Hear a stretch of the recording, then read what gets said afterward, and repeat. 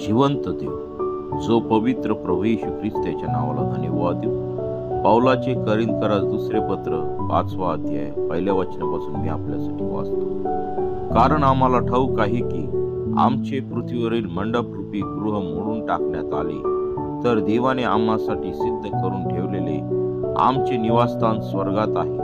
ते हातांनी बांधलेले गृह नसून सार्वकालिक आहे.